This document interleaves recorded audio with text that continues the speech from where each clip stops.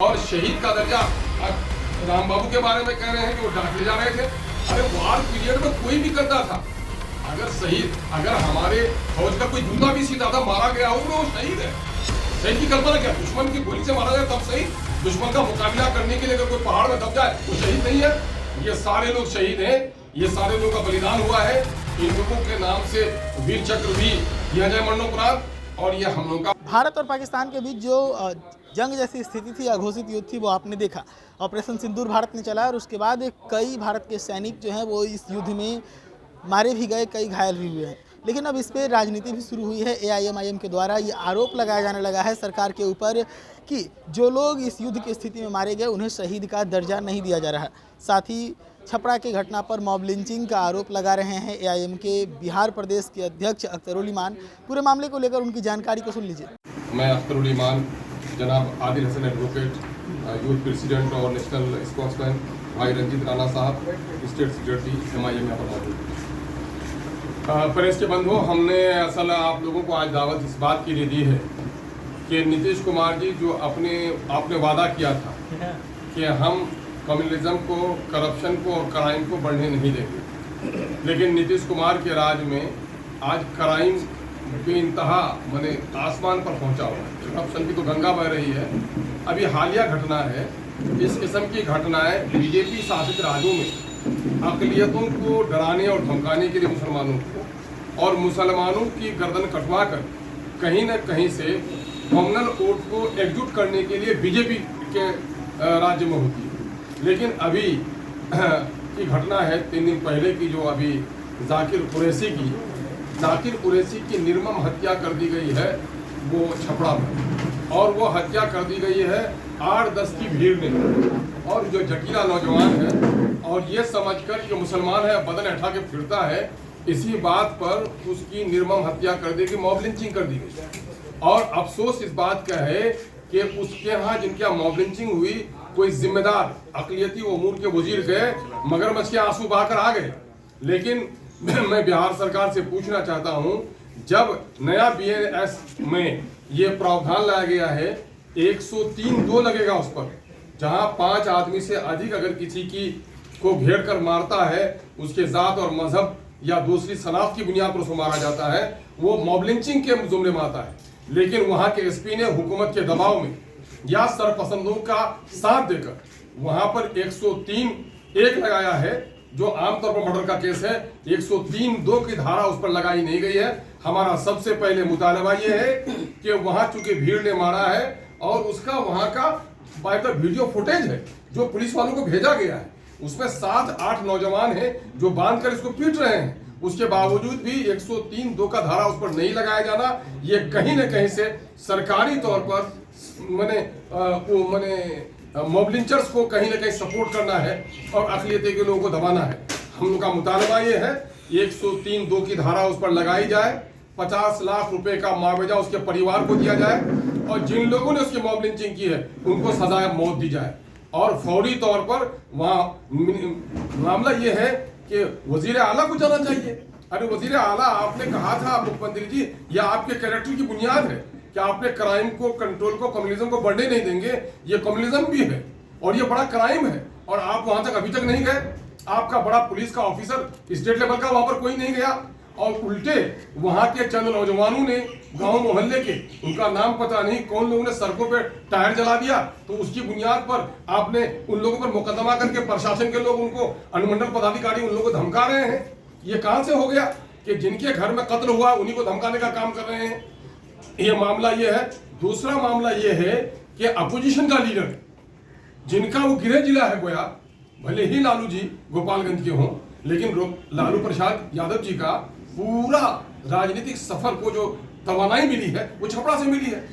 वहां आपकी बेटी इलेक्शन लड़ी है, वहां अब तक अपोजिशन लीडर के लोग नहीं गए। क्यों नहीं गए? जाना चाहिए उनको। हम लोग ये मुतालबा कर रहे हैं कि अपोजिशन के लीडर अपनी जिम्मेदारी को अदा करें। और मैं DGP से मुतालबा करता हूं, मुख्यमंत्री जी से मुतालबा करता हूं, चूंकि होम को आप देख रहे हैं, ये 103(2) का दफा लगाकर उन तमाम सरपसंदों को आप जेल भिजवाएं और उन पर कत्ल का मुकदमा चले और ऐसे लोगों को फांसी की सजा दी। कमाल में एक सरपसंद है, वो गोलियां 50 फायरिंग उसने की। क्या कर रही है पुलिस? क्यों सरपसंदों के सामने में पुलिस ने घुटना टेक दिया है? और वहां पर इश्तियाक नाम का एक लड़का जो जख्मी हुआ है और कुछ नहीं, बाग में ठंडे में था, अपनी दबंगई दिखाने के लिए उसने पूरे तौर पर अपने बंदूक को लहराते हुए वो किया है। ऐसे लोगों की गिरफ्तारी होनी चाहिए। ये वाकया बिहार में क्यों हो रहा है? क्या अकलियतों का जानो माल, इज्जत, आबरू का तहफ्फुज हुकूमत करना चाहती है या नहीं करना चाहती है? क्या मुसलमानों का खून बहाकर आगे के इलेक्शन की तैयारी हुकूमत कर रही है? इन तमाम तर मामला का जवाब हम लोग हुकूमत वक्त से चाहते हैं और अपोजिशन के लीडर से हम गुजारिश करते हैं कि आपने कहा है कि आपने दलितों के, पिछड़ों के, अकलियतों के हमदर्दी की बात कही है, लेकिन दोनों जगह जो अकलियतों के साथ इस तरह से बर्बरतापूर्ण सलूक हुआ है, आपको फौरन जाना चाहिए और ये कौन बदमाश लोग हैं उनको चिन्हित कीजिए कि कहीं कोई राजनीतिक षड्यंत्र तो ये नहीं है, इस पर कार्रवाई होनी चाहिए। एक दूसरा मामला है कि देश के जंजर और कनकन का नाम भारत है और भारत को माँ कहते हैं, मादरे वतन कहते हैं। इस मादरे वतन के लिए हमारी एक जिंदगी नहीं 100 जिंदगी लगे और इनकी सरहदों को की हिफाजत करते हुए अगर हम शहीद हो जाए तो हमारी सबसे अच्छी जिंदगी होगी। अभी बिहार के 2 सपूत, एक हमारा एक का नाम है राम बाबू सिंह जो सीवान के रहने वाले हैं और मोहम्मद इम्तियाज। कल हम लोग देर हो गए, कुछ अर्जेंसी हो गई, हम लोग सीवान नहीं जा सके, जाते जाते रास्ते से वापस आए हैं, हम लोग करीब हो जाएंगे। ये दोनों शहीद हुए या ऑपरेशन सिंदूर में शहीद हुए। एक तो ये है कि जब इनकी लाशें आई तो भारत को मां कहने वाले, भारत माता की दम भरने वाले, राष्ट्रता का गीत सुनाने वाले कोई मंत्री नहीं पहुंचे, आप कोई जिम्मेदार लोग नहीं पहुंचे इनके लाश को रिसीव करने के लिए। और दूसरी बात यह है कि अभी दिनेश कुमार शर्मा जी का बलिदान हुआ है हरियाणा का। मुख्यमंत्री उनके गांव में गए और 4 करोड़ से भी अधिक की सहायता राशि उनके परिवार को देने का ऐलान किया गया। वहां के पार्क को शहीद दिनेश शर्मा के नाम से करने का ऐलान किया गया। उस गांव का नाम दिनेश शर्मा जी के नाम से करने की तजवीज रखी गई। और आप बिहार के मुख्यमंत्री जी हैं और आप कहते हैं कि साहब तो हम तो पीएम मटेरियल हैं। तो आज क्या हो गया है? अरे बिहार गरीब है, 4 करोड़ नहीं दे सकता, कम से कम 2 करोड़ का ऐलान कीजिए। एक तो लोगों के चिढ़ाने के बाद आप गए हैं उनके घर पर, आपने देखा भी कि गांव की गलियों की सड़कों का क्या हाल है वहां पर, और कम से कम 2 करोड़ का मुआवजा दोनों शहीद को, जिनकी खबरें अभी तक हम लोग मिली है, राम बाबू और इम्तियाज खान के, मोहम्मद इम्तियाज के परिवार को दिया जाए। और अभी जो खबरें मिली है कल तक, नवादा और नालंदा के भी 2 नौजवान हमारे शहीद हुए, इनके परिवारों को भी 2-2 करोड़ का मुआवजा दिया जाए। और शहीद का दर्जा, अब राम बाबू के बारे में कह रहे हैं कि वो डाक ले जा रहे थे। अरे वार पीरियड में कोई भी करता था, अगर शहीद, अगर हमारे फौज का कोई जूता भी सीधा था, मारा गया उसमें, वो शहीद है। शहीद की कल्पना क्या? दुश्मन की गोली से मारा जाए तब शहीद? दुश्मन का मुकाबला करने के लिए अगर कोई पहाड़ में दब जाए वो शहीद नहीं है? ये सारे लोग शहीद हैं, ये सारे लोगों का बलिदान हुआ है। इन लोगों के नाम से वीर चक्र भी दिया जाए मरणोपरांत, और ये हम लोगों का मुतालबा है। और हम ये भी कहना चाहते हैं कि माननीय नीतीश कुमार जी, बिहार को किधर ले जाना चाह रहे हैं आप?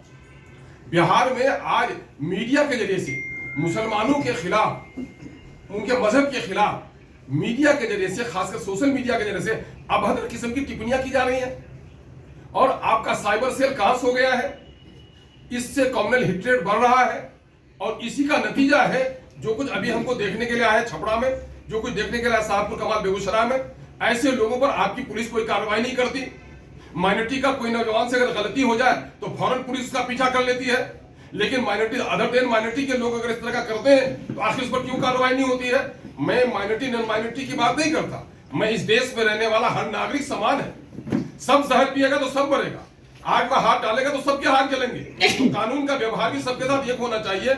और जो ये कम्युनल हेट्रेड बढ़ा रहे हैं, जो यही असर बारूद डालते हैं, उसके बाद कोई इसमें माचिस लगाता है, तो आप तो बारूद फैलाने वाले को कुछ भी नहीं करते। इसलिए बिहार में अगर अमन और अमान रहना चाहते हैं, ये महावीर की धरती है, ये बौद्ध की धरती है, ये सूफी मुनेर की धरती है। और बिहार हमेशा समाजवाद का नारा और शांति का नारा दिया है ना, जहां अशोक के शांति के स्तूप है अभी भी, और वहां इस तरह की नफरत फैलाई जा रही है, तो इस पर फौरन आप कार्रवाई करें। सोते हुए को जगाना हमारा जरूरी है, गाफिल है मुख्यमंत्री, उसको हम जगाना चाहते हैं कि गफलत से बेदार होइए। और बिहार को जलाकर खाक करना चाह रहे हैं और आप अपनी राजनीतिक आखिरी पारी खेल रहे हैं। अंत भला तो सब भला, अगर अंत के दिनों में बिहार को आप नहीं बचा सके तो तारीख आपको सही लफ्जों से, सही शब्दों से कभी याद नहीं रखेगी।